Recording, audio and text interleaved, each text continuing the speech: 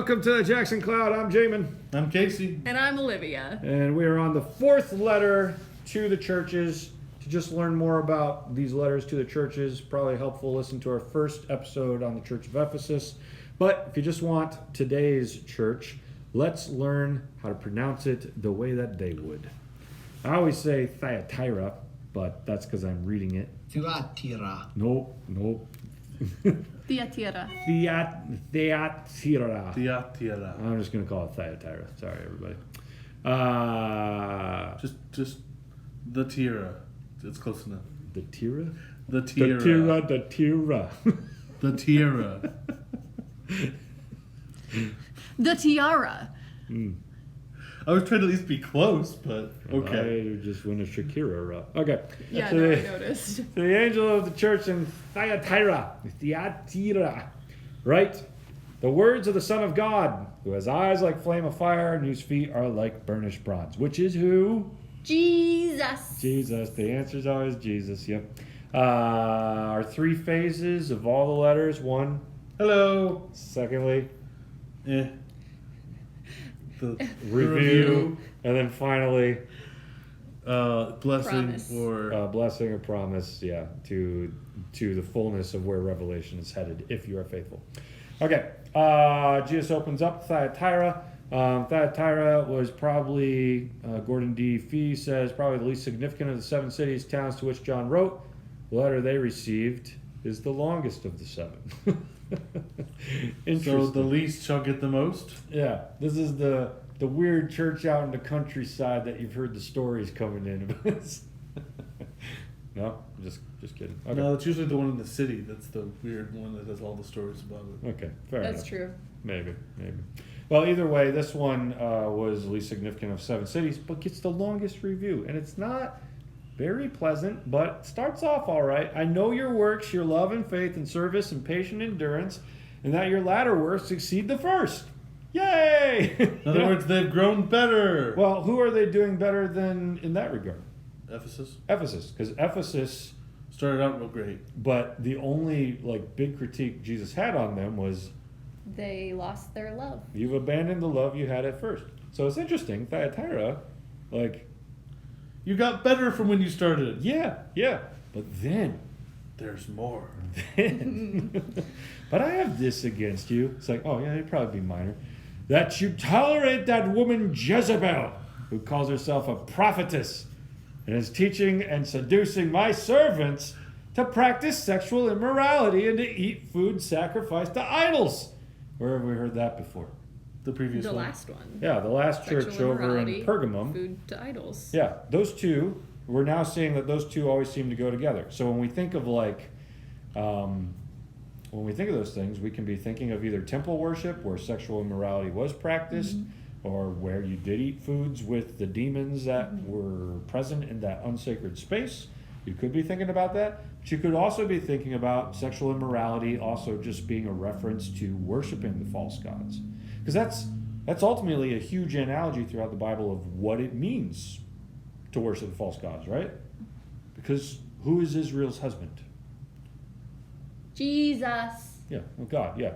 And then, in the New Testament, right here in Revelation, we get to the wedding, right? The church is the bride of Christ, right? Jesus is our husband. So what does it mean when you go off with other gods and sleep around, if you will? Sexual immorality. Sexual immorality of not just a physical kind, but also of a spiritual kind. So Jezebel seems to be teaching them in some way to go off and worship the false gods. Sexual immorality and food sacrificed to idols. A big part of the reason I think those two things keep coming up together is because it is idol worship. Yeah. So, what do we know about this Jezebel? Right. That is the question. What we know about her is right here. This is the only time she shows up? Well, okay, so in our last letter, we had a reference to an Old Testament figure, right? Yeah. Balaam, Balak, and then this next one, her name's Jezebel. Is that her actual name? It could be, but the Old Testament has a Jezebel, who is thought of in light of false idol worship. messing around with Baal and things like that. So he could be just pointing like, you know who I'm talking about when I say Jezebel. You guys have someone among you who's called herself a prophetess, quite famous. You all know who this is. But what she's teaching, first off, she calls herself a prophetess means She's not. she's not. Secondly, she's teaching and seducing my servants, so she's acting like one of the false teachers, false apostles, false prophets, things like that. But then Jezebel makes us think of idol worship, sexual immorality, and food sacrifice to idols make us think of idol worship. And these are the kinds of things that she's actually doing. But then, so that sounds scathing. Like, I'd be thinking like God is just ready to like Smite. That's what it feels like when I read it, and maybe that's not it. But then, something interesting. I gave her time to repent. I gave her time to repent. But she refuses to repent of her sexual immorality. Does that surprise you guys at all? Like, I don't know. This just feels to me like this is a huge deal. If this happened today, somebody in one of our churches was leading people to worship idols and either promote physical or spiritual sexual immorality, like, we'd be appalled. That person would lose their job. I find it interesting that God's response is, I gave her time to repent. And it's not even like I won't do it anymore. It's like she won't, though. She refuses. So this could maybe be the first time that this may not be the first time Jesus has written a letter to her or tried to speak to her, which is interesting because it makes me think that she's not like she probably thinks that she's a good person, right? Because it's not like this is a false prophet. Well, maybe. I don't know. This is where this one's a confusing one for me because it's like, if she's just straight up evil, then why would you give her time to repent? Yeah, it makes me think like she started well and then just Lost her way and took a lot of people with her. yeah, and started following the false gods, but fell into their lies thinking like this is who Jesus is. She's making God in her own image, right? Mm-hmm. And now she's trying to teach others to come with her. You know what's interesting to me? I always like to point this out. Jesus does not say, and she needs to repent because she's a woman. Like, she's clearly a church leader or a false church leader. Right. Again, it's hard to kind of tell that. But he's not like, what does she think she's doing leading in a church when she's a woman? Like, that's not even here. That's not what she needs to repent for. Because again, I think when you look through Jesus' instructions, and even the confusing stuff, even in the Paul stuff, like, there's the constant admiration and installation of women in ministry in all different parts. Phoebe's a deacon. You've got others serving in all different kinds of roles with Paul everywhere he goes. We won't go down that trail, I think, because we've already done a whole episode. Did we do a whole episode? If we did, Pretty it sure was we a did. long time ago. Yeah. But yeah, right here, one of the things against her is not that she's a woman in church leadership. It's that she's a heretic in church leadership. Behold, I will throw her onto a sickbed. Those who commit adultery with her, I will throw into great tribulation, unless they repent of her works. I feel like that sickbed word is an intentional analogy there, right? Like the place where she has made her bed, the place where she has committed adultery, slept with all these people, be it spiritual false worship or actual bringing sex into some kind of ritual in the church. I don't know. She's clearly messed things up horribly. But what was her bed where things were... What are you getting at, Jamin? Spicy. Going on. Now that's your sickbed. That's where you will die, if you will. That's like you have made your own deathbed in ways because of that, right? And those who commit adultery with her, I will throw into great tribulation unless they repent of her works. So it's not just like that people are not responsible for their sins because they just accidentally fell under some other leader. No, like, you guys should have known better, and you need to wake up and listen. You guys will pay up for that too. Unless they repent of her works, and I will strike her children dead. Intense. Very much so. You thought your last ones were intense. I will strike her children dead. Now, but is that like her actual children?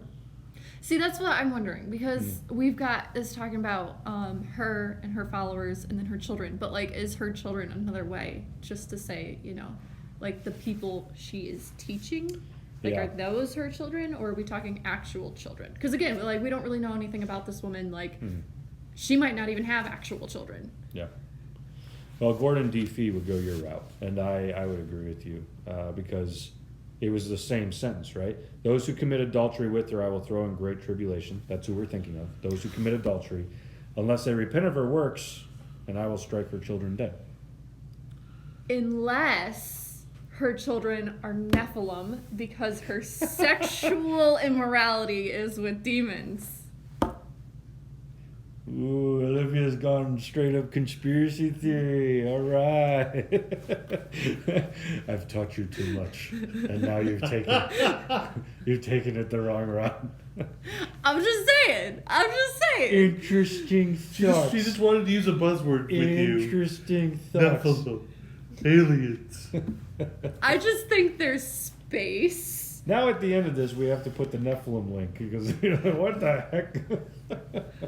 But yeah, my guess would be with you is that her children My are second her. one? Nope. That her children are her spiritual children, the ones that she has raised up. They're the ones who have committed adultery with her.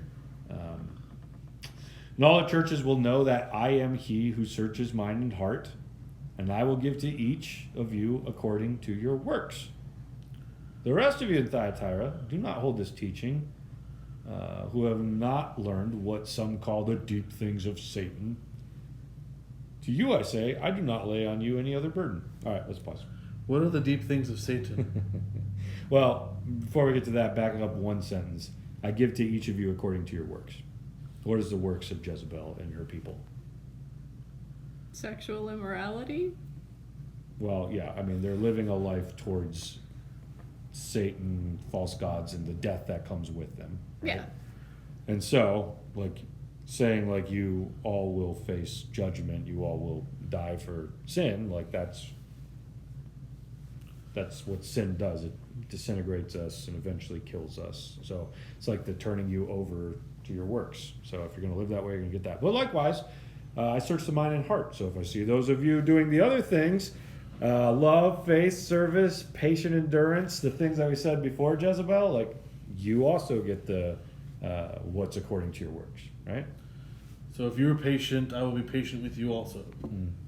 And if you're gonna follow all this stuff that's just pulling everything apart, then you're gonna face your own end as well. But yeah, the rest of you in Thyatira who do not hold this teaching, so who aren't aligned with Jezebel, wow, what a church split. What an extravagant problem to have in your church. Ancient times church split. Yeah. It's interesting that that's all going on in one place, right? But to the rest of you in Thyatira who do not hold this teaching, who have not learned what some call the deep things of Satan, to you I say, I do not lay on you any other burden. What do you think the deep things of Satan are?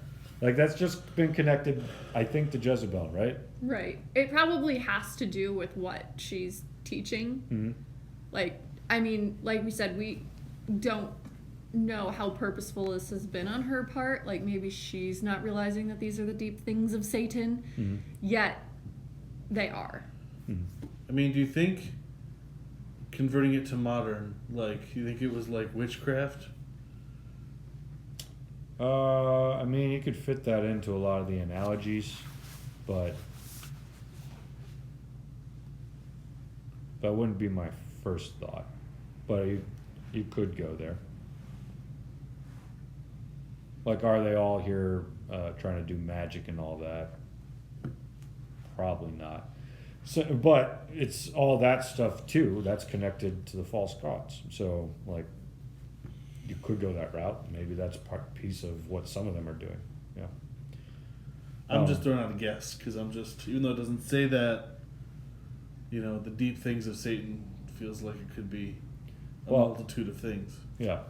What if the deep things of Satan are in Jesus's in air quotes? What if it's a slogan like maybe Jezebel and her following is come to me and learn the deep things of God, right? What if Jesus is air quoting to like say what it actually is? Mm-hmm. You've heard that slogan, Jezebel and her deep things of Satan, like it could be Jesus in a sense just be like it's not the deep things of God. It's not the deep things of me. So it could be like a little bit of sarcasm on Jesus' part. That's what Gordon D. Fee points out, and I feel like that makes sense. I don't like it as much. She's not going around thinking. She's at least not going around follow me in the deep things of Satan. That wouldn't make sense, right? The church would have kicked her out for that. Right. So it could make sense though that like the deep things of God. No, not really. Could be that, but maybe not. To you I say, I do not lay on you any other burden. Only hold fast what you have until I come. The one who conquers and keeps my words until the end. So this is the blessing, as always, that he ends on. To him I will give authority over the nations, and he will rule them with a rod of iron, as when earthen pots are broken in pieces, even as I myself have received authority from my Father. And I will give him the morning star. He who has an ear, let him hear what the Spirit says to the churches. Sorry. Longest letter. Strange stuff. Like even the blessing is longer than the other blessings. Right. And we said what? Didn't we say this was like the least least significant of the 7 cities that John writes to? So what the heck is going on over there? A lot. Yeah. Apparently. And why is the blessing at the end so much longer to like, you'd almost think that one belonged with the ones who you're going to go to jail for 10 days. Right. But here it's like Jesus is really trying to call them out of it, right? Like, come on, guys. Like, this doesn't need to end this way. Like, you can still fix this. Jezebel herself has a chance to fix this if she's willing to fix this. But the one who conquers, which Jesus has constantly used so far to talk about the resurrection, that death is not the end, but you are actually conquering Satan if you are martyred. Who keeps my works until the end. To him, keeps my works until the end. That's also important, I think, for today's church to hear. Because we would say, keeps my faith in me until the end. Which is also true, and has already been said in the other ones. But here, instead of talking about faith to the end, Jesus is talking about works to the end. Does your faith consist of works? Yeah. I mean, you don't have to own up to it. I'm just yes, it should. Yeah. There. Is that better? Yeah. I think E.P. Sanders said it best, and I'm probably going to mess up the quote, but faith... No! Just Google it. I'm just going to pull it up. I know you right don't want to where get it it's at. wrong? Sanders. Posts. Jamin. Okay, there you go. Salvation is by grace, but judgment is according to works. Works are the condition of remaining in, but they do not earn salvation. Nice. You ever hear it said like that before? When you posted it, yeah. Oh yeah, you liked it right there. Yeah. See? Good for you. Good for you. The book that really changed my life on understanding grace and works is Salvation by Allegiance Alone by Matthew W. Bates, which E.P. Sanders was the one who first really started pulling this out. So everyone who works on this pulls back to Sanders. But I'll read it again. Salvation is by grace, but judgment is according to works. Works are the condition of remaining in, but they do not earn salvation. So when you see Jesus right there, keeps my works until the end, I would say that's not like an overstatement. Because there are too many passages throughout the Bible where Jesus is like, yeah, I don't know who you are, you workers of lawlessness, Yeah, Depart from me. You didn't serve the poor, the naked, the hungry. You didn't serve me. You know, all these moments where works are not a part of people's lives, and it's as though they try to turn faith into a magical incantation of saying something but not living it out. And Jesus right here calls them to keep their works until the end. And those who do get authority over the nations will rule them with the rod of iron. Now, Jesus is the one with the real authority, right? That's a big deal, because Jesus in Revelation, like we always think like one day, it'll just be Jesus and then we all report to him. And that's absolutely true. I don't know why I said that, like that wasn't going to be true. But Jesus, as we see right here, he shares his throne. He shares his authority. That there are other people being given authority over nations. There's other kings. There's other ruling authorities that God will delegate to.